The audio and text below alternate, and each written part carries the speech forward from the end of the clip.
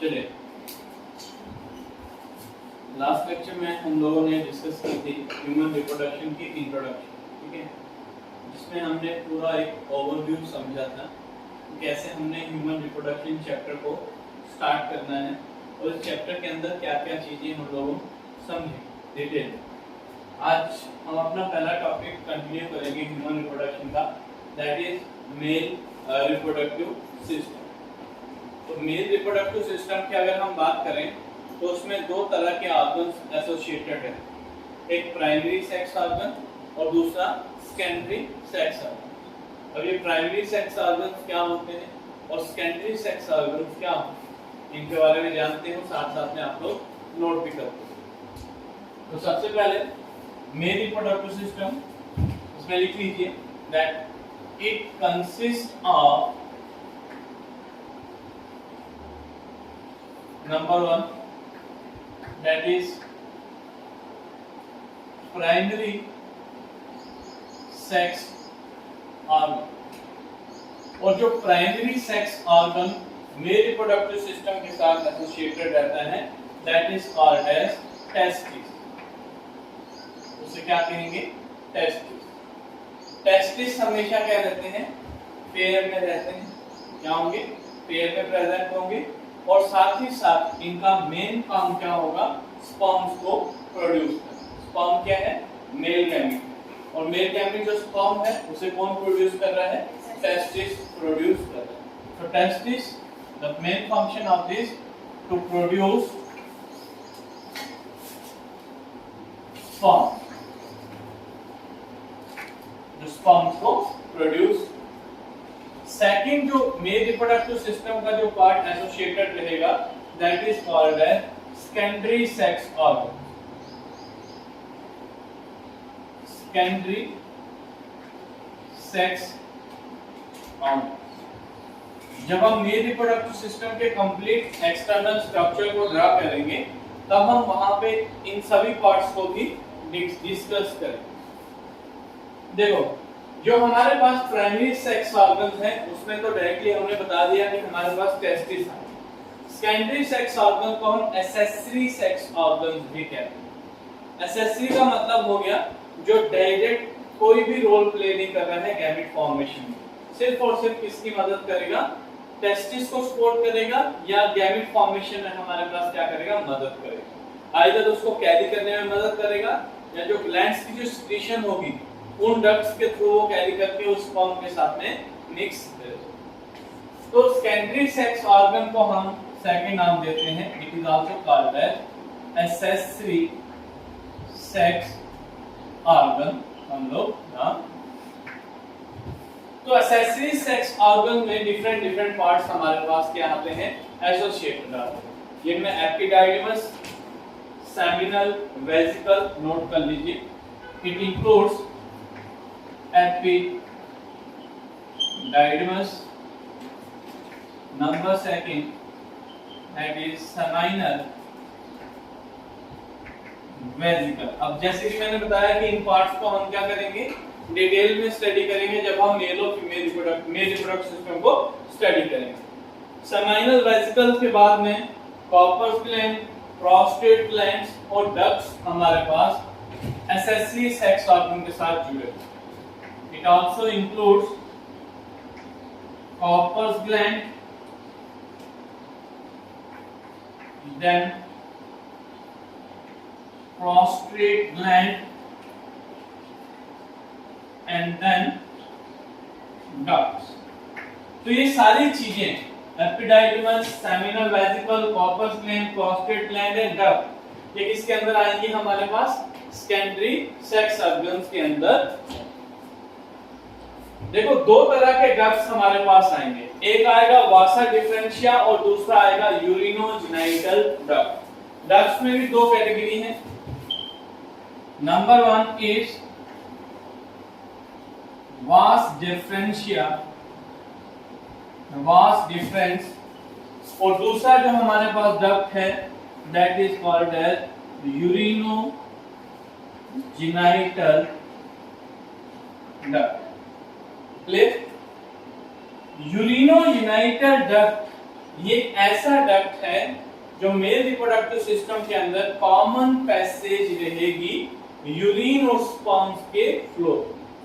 मतलब जो स्पर्म है और जो यूरिन है वो एक कॉमन पाथ के थ्रू ट्रैवल करेगा पेनिस के अंदर, ठीक है।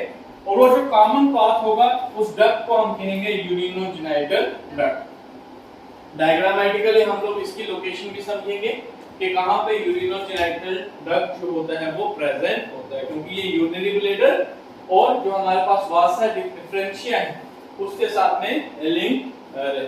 क्लियर? इसके बाद जो लास्ट हमारे पास सेकेंडरी सेक्स ऑर्गन में जो ग्लैंड जो हमारे पास स्ट्रक्चर एसोसिएटेड रहता है that one is called as penis. Last structure जो एसोसिएटेड रहेगा मेल रिप्रोडक्टिव सिस्टम के साथ में उसे हम क्या कहते हैं? पेनिस। पेनिस जो है वो एक्सटर्नल जेनिटेलिया स्ट्रक्चर है जो बॉडी के आउटसाइड प्रेजेंट होता है और इसका काम क्या होगा पेनिस का? ये इंसेमिनेशन में मदद करेगा, ठीक है। जो फीमेल बॉडी है उसकी वजाइना को इंसेमिनेट करने में मदद करेगा ताकि स्पर्म को कहां प्रोड्यूस करेगा, वो कहां भेजेगा? वजाइना के अंदर। फिर वहां से स्पर्म जो होंगे वो यूट्रस के थ्रू, फैलोपियन ट्यूब के थ्रू ट्रैवल करके एग तक पहुंच के फर्टिलाइजेशन करेगा। तो पहले हमारे पास किस चीज को समझना जरूरी है? मेल रिप्रोडक्टिव सिस्टम, उसके स्ट्रक्चर को समझना जरूरी है। मेल रिप्रोडक्टिव सिस्टम में हमने बात की कि इसमें दो चीजें इंक्लूडेड रहती हैं, प्राइमरी सेक्स ऑर्गन और secondary sex organ. Primary sex organ में डायरेक्टली हमारे पास आते हैं टेस्टिस, और टेस्टिस याद रखना हमेशा क्या होते हैं? पेयर में प्रेजेंट होते हैं। और अगर मेल्स की बात करें तो they are located outside the abdominal cavity. Body के अंदर नहीं होते हैं, बॉडी के बाहर एक पाउच के अंदर प्रेजेंट होते हैं जिसे हम स्क्रोटम कहते हैं। तो पेयर में होंगे, दो होंगे और outside the body present. Main function क्या होगा? कि स्पर्म्स को प्रोड्यूस करें। सेकेंडरी सेक्स ऑर्गन में हमारे पास एक्सेसरी सेक्स ऑर्गन भी नहीं कहेंगे, इनका काम होगा ये सपोर्ट करेंगे स्पर्म्स की प्रोडक्शन को और उनको स्पर्म को कैरी करके इंसेमिनेशन के थ्रू हमारे पास वजाइना के अंदर डिपॉजिट करेंगे, जिसमें epididymis, seminal vesicle, corpus gland, prostate gland, duct and penis हमारे पास आता है। यहां तक कोई डाउट है? क्लियर है? अब इन्हीं स्ट्रक्चर्स को हम जब स्ट्रक्चर की बात करेंगे तब हम डिस्कस करेंगे। अब इसके बाद जो मेन हमारे पास रिप्रोडक्टिव पार्ट है मेल का, उसके बारे में डिस्कस कर लेते हैं, दैट इज द टेस्टिस। तो जो टेस्टिस हमारे पास है it is small Oval structure. होता कैसा है? ये ओवल शेप स्ट्रक्चर होता है। तो पहला पॉइंट इसमें याद रखेंगे आप that it is small Oval structure. और लेंथ इसकी कितनी रहती है हमारे पास? मोस्टली 4 to 5 सेंटीमीटर लॉन्ग हमारे पास हो। तो ये डायमेंशन भी आप याद रखेंगे that first point small Oval structure which is 4 to 5 centimetre long. Next most important point जो टेस्टिस के अंदर आप लोग नोट करेंगे that it is located in the scrotum, SCROTUM। Scrotum क्या है? पाउच या बैग लाइक स्ट्रक्चर को हम क्या कहते हैं? स्क्रोटम। What is scrotum? आपको पता होना चाहिए that it is A pouch और बैग लाइक स्ट्रक्चर जिसके अंदर हमारे पास स्पर्म जो है जैसा टेस्टिस जो है वो लोकेट रहता है। क्लियर? अब रीजन क्या है इसको कि outside the abdominal cavity scrotum के अंदर टेस्टिस प्रेजेंट होते हैं? बिकॉज़ देखो टेस्टिस का मेन काम, देखिए इंपॉर्टेंट पॉइंट समझिएगा, ये एग्जामिनेशन में पूछते हैं 1 मार्क्स का 2 मार्क्स का पूछा जाता है कि that while the testis are located outside the abdominal cavity. So answer इसका ये है कि टेस्टिस का मेन फंक्शन जो है to produce sperm and sperm की प्रोडक्शन के लिए 2 से 3 डिग्री टेंपरेचर कम चाहिए होता है as compare to that of body temperature. जितना बॉडी का नॉर्मल टेंपरेचर है उससे 2 से 3 डिग्री सेल्सियस क्या चाहिए होता है? कम चाहिए होता है स्पर्म की प्रोडक्शन के लिए। दैट्स व्हाई टेस्टिस जो है आउटसाइड द एब्डोमिनल कैविटी क्या करते हैं? लाई करते हैं। तो नेक्स्ट पॉइंट इसी के साथ ही हम इसमें लिखेंगे it is located in the extra abdominal cavity,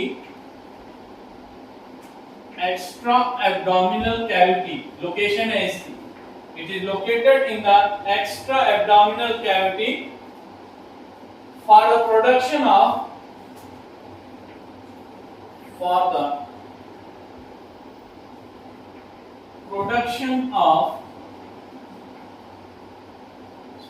sperm की प्रोडक्शन। क्लियर? अब आज जो हमने मेल रिप्रोडक्टिव सिस्टम में स्ट्रक्चर स्टडी करना है वो हम एक्सटर्नली इसका स्ट्रक्चर स्टडी करेंगे, फिर उसके बाद इंटरनल स्ट्रक्चर स्टडी करेंगे टेस्टिस, फिर टेस्टिस के अंदर सेमीफेस्टिब्यूल की ट्रांसवर्स सेक्शन को भी हम स्टडी करेंगे, एंड देन लास्ट में एक ओवरव्यू ओवरऑल स्ट्रक्चर जो है मेल रिप्रोडक्टिव सिस्टम का कैसा होगा उसको हम स्टडी करेंगे। तो सबसे पहले मेल रिप्रोडक्टिव सिस्टम में जो एक्सटर्नल स्ट्रक्चर हमारे पास होगा इस तरह से पोच लाइक स्ट्रक्चर हमारे पास क्या होगा, पोच लाइक स्ट्रक्चर हमारे पास होगा, ठीक है। और इस पोच लाइक स्ट्रक्चर को हम क्या कहेंगे, scrotum, it is called as scrotum. और इस स्क्रोटम के अंदर इसके बीच में हमारे पास क्या होगा, इस तरह से एक लाइन इन दो रीजन को, इन दो पोच को क्या करेंगे, अलग करेंगे, क्योंकि हर एक बैक के अंदर मतलब हर एक रीजन में एक एक टेस्टिस जो होगा वो लोकेट होगा। और ये जो बीच में आपको लाइन दिख रही है it is called as scrotal septum, क्या कहेंगे इसे हम, it is called as scrotal septum. Septum means जो दोनों को क्या कर रहा है, दोनों टेस्टिस को एक दूसरे से क्या कर रहा है, अलग कर रहा है। और जो ये बाहर वाला स्ट्रक्चर आपको दिख रहा है this is called as scrotum, जिसके अंदर हमारे पास क्या रहेगा, टेस्टिस जो होंगे ओवल शेप स्ट्रक्चर लोकेट करेंगे। अब ये टेस्टिस जो है ये हमेशा इस पोच के अंदर कभी भी फ्री नहीं होते, ठीक है, इनकी पोजीशन फिक्स होती है, क्योंकि अगर ये फ्री हुए तो ये यहां से वहां डिस्प्लेस हो सकते हैं, अपनी पोजीशन को शिफ्ट कर सकते हैं। तो इनको एक जगह पे फिक्स करने के लिए हमारे पास कुछ मसल्स हैं जो इसको स्क्रोटम कैविटी के साथ में क्या करवाते हैं, अटैच करवाते हैं, उसे हम कहते हैं ग्यूबरनैक्युलम, दैट इज कॉल्ड एज ग्यूबरनैक्युलम।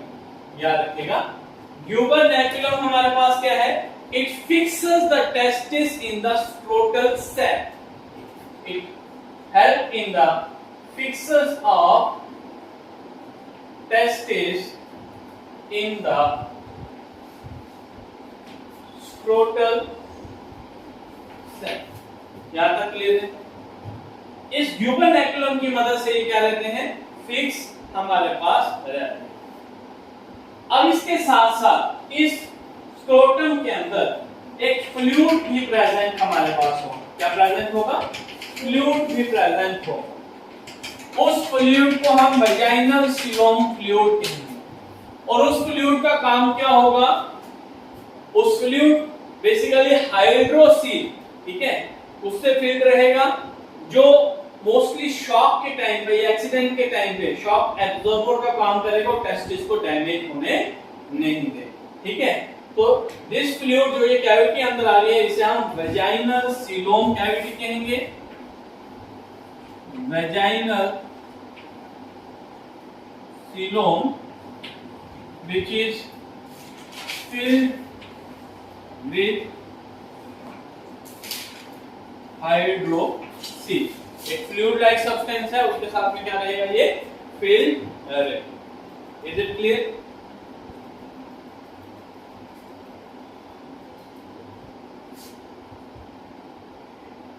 यहां तक क्लियर है? इस टेस्टिस के बाहर एक और थिक लेयरिंग हमारे पास होती है। इस टेस्टिस की क्या होती है बेटा, एक थिक लेयरिंग यहाँ पे एक और प्रेजेंट होती है। तो टेस्टिस के बाहर जो थिक लेयरिंग है उसे टेस्टिस वेजाइनलस कहते हैं। क्या कहते हैं, sorry, tunica vaginalis. This one, this is called as tunica vaginalis. ये क्या है, टेस्टिस के बाहर की कवरिंग हमारे पास, thick layer that is covering of testis, thick layer that cover the testis. यहां तक clear? Okay, now at the topmost point पे हम देखें तो यहां पे कुछ कैनल्स लाइक स्ट्रक्चर हमारे पास होंगे। इन कैनल लाइक स्ट्रक्चर को हम कहते हैं inguinal canal, they are called as inguinal canal. अब इस इंग्यूनल कैनाल का क्या फंक्शन होता है? It is a connection between scrotal cavity and abdominal cavity. इसके बीच में कनेक्शन होगा, it is a connection between scrotal cavity कौन सा होगा? जिसके अंदर टेस्टिस प्रेजेंट है, ये इसको और अंदर जो एब्डोमिनल है उसको आपस में क्या करता है? कनेक्ट करता है। क्योंकि एक्चुअल में जो हमारे पास वासा डिफरेंशिया है, जो ग्लैंड्स वगैरह सेक्रेशन, वो अंदर से ही आएंगे ना, आउटसाइड द बॉडी से टेस्टिस और पेनिस। लेकिन जो डक्ट्स हैं, जो ग्लैंड्स होंगे, वो अंदर एब्डोमिनल कैविटी के अंदर ही प्रेजेंट है। तो उसको जो स्क्रोटल कैविटी है उसको एब्डोमिनल कैविटी से कौन जोड़ेगा? इंग्यूनल कैनाल हमारे पास है। It is a connection between scrotal cavity and abdominal cavity. कोई डाउट? क्लियर है? अब यहाँ के एक क्वेश्चन आपको नीट के एग्जाम में भी पूछा जाएगा, ठीक है? सीबीएसई में पूछा जाएगा कि टेस्टिस जो है आउटसाइड द एब्डोमिनल कैविटी क्यों लाई करता है? For maintenance of temperature. और नीट के एग्जाम में आपको पूछा जाता है कि स्क्रोटम का टेम्परेचर कौन मेंटेन करता है? It is maintain by dartos muscle. और मेंटेन करेगा डायटोस मसल।